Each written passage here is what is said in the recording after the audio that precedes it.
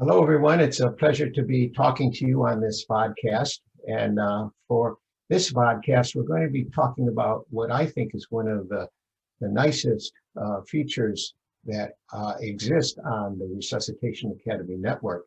And I would like to describe it to you because you may not be familiar with it. And once you see what it can do, I think you'll find it a very impressive resource.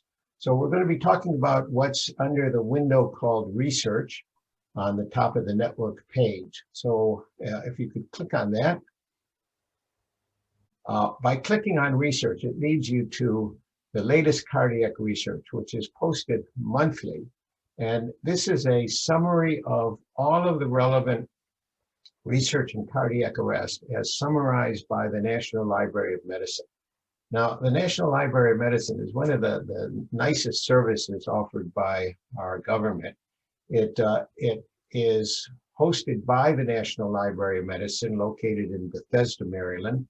It's almost 200 years old, but they have their charter is to summarize and make available all relevant information and research relating to medicine. And you can custom request output every month of the latest research published in the scientific literature. And that's what the Resuscitation Academy receives every month and posts it on our site under the Research tab.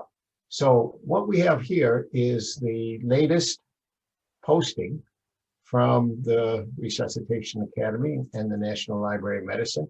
And I'd like to just go through it for a few minutes to describe how I make use of it, and everyone else will make use of it in a different way, but to just give you an example of how to use it as an aid in your own knowledge base and your own decisions about what you might want to consider in your own program.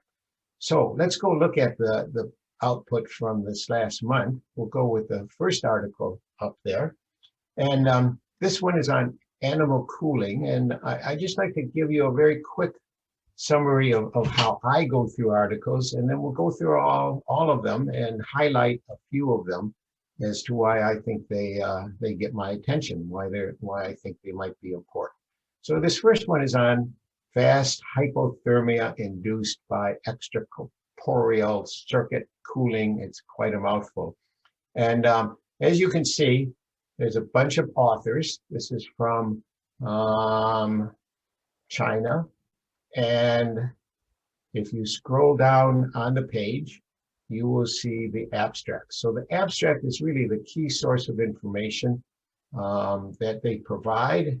And if you want to quickly jump to the conclusion, as you can see about in the middle, well, near the top of the page, 1/3 down, fast hypothermia induced by extracorporeal circuit cooling was superior to surface cooling in mitigating renal and intestinal injury post-resuscitation. Okay, I'll just file that one away as a source of information. And if the hospital that receives patients who had been in cardiac arrest and had been resuscitated, I'll just file that away. And if they're doing cooling, then maybe it might be useful to reassess whether to go this route. So it's latest from China. It's on cooling, and if your institution cools patients, might be nice for them to know this. All right, let's go jump to article number 8. So this is sort of what I did for this month. I passed through the next 7 articles. They weren't all that interesting to me. And jump to number 8, which talks about epinephrine. And this is from a European study. And if you can just go up to the conclusion. And there we go a little bit more. And their conclusion, adrenaline, which is epinephrine, improves long-term survival, but there was no evidence that it improved neurological outcomes. The incremental cost effectiveness ratio exceeded the threshold. This was a European English study, the threshold issued by the National Health Service. In other words, it costs, if says it in the article, it costs about 80, what was it, $300,000 to achieve a small increment in life expectation. So, you have to take that in a grain of salt. And is that worth it in your institution? Is it something you want to pursue? So they don't tell you what to do. They're just providing you with the information. So this one was on hypothermia, and there was a little benefit, but it wasn't terribly dramatic. Let's go to article number 9, the next one. So I like this one in particular. This was the dispatcher-assisted CPR and My Responder mobile app. So they were looking at the impact of instituting a communication center telephone CPR, that's a dispatcher-assisted CPR, and also a My Responder program where they try to alert nearby people who live close to the cardiac arrest to get an alert that there is a cardiac arrest in the neighborhood. Please proceed, if you're free, to that location. And they did find that the telecommunicator CPR instructions really had a benefit. And the mobile responder, the Responder mobile app, did not have much of an effect.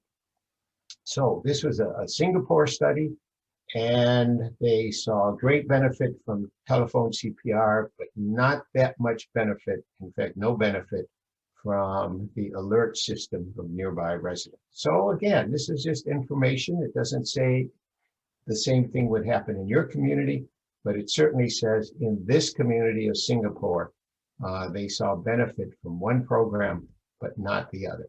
Let's go to number 16. I like number 16 because if you look at the authors, there they are. People I know. Dr. Kudenchuk is one of the authors. Catherine Counts is one of the authors. Michael Sayer, yep, he's one of the authors. So boy, that gets my attention. These are people I work with daily. And here they are with an article published in Academic Emergency Medicine.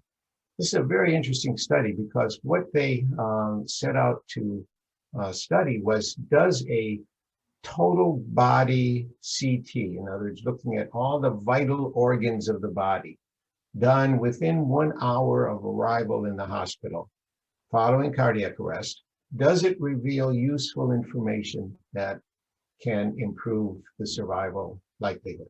A very intriguing article, and could be duplicated and implemented in other communities.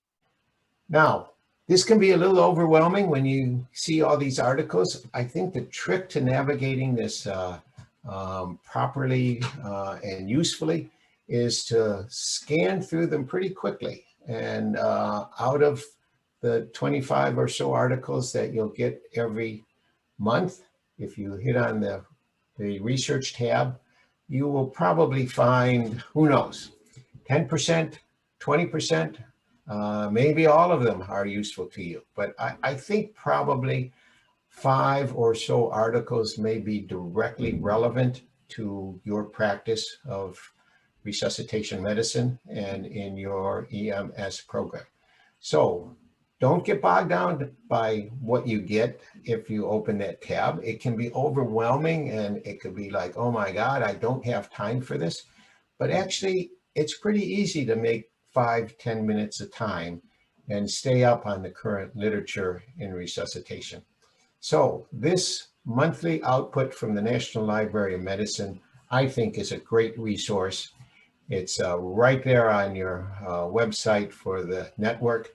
I urge you to take a look at it, skim through it. Please don't spend an inordinate amount of time on it.